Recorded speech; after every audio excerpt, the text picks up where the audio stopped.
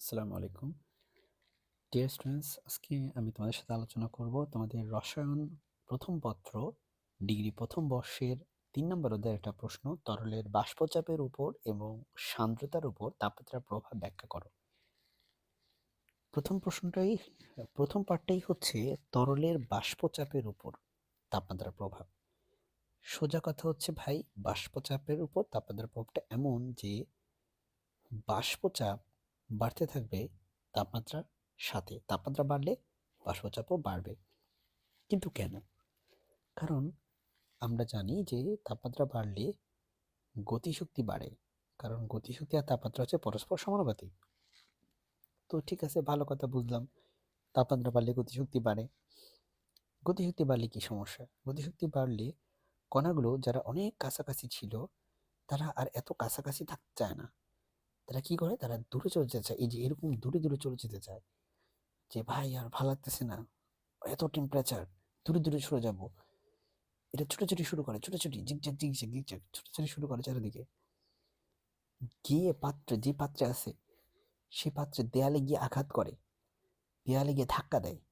তাহলে তাপমাত্রা শুধুমাত্র তাপমাত্রা বাড়ানোর কারণে দেখো কতগুলো ঘটনা ঘটলো। এই যে আঘাত করে, এটাই তো চাপ। তারা বাষ্পাকারে গিয়ে আঘাত করে, এটাই তো বাষ্পচাপ। এই জন্য এই গ্রাফটা আঁকবা। তাপমাত্রা বাড়ালে চাপ দেখো হুড় হুড় করে বাড়তেছে। এরপরে দেখো সান্দ্রতা।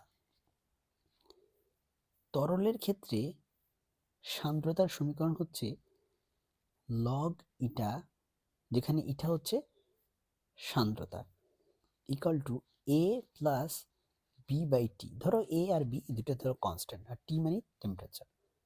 বুঝতে পারছো? টি মানে টেম্পারেচার। তো তুমি যদি খেয়াল করো, ওরা এখানে যা লিখছে তুমি সেগুলো পড়বা, পড়ে লিখতে পারো, ঠিক আছে?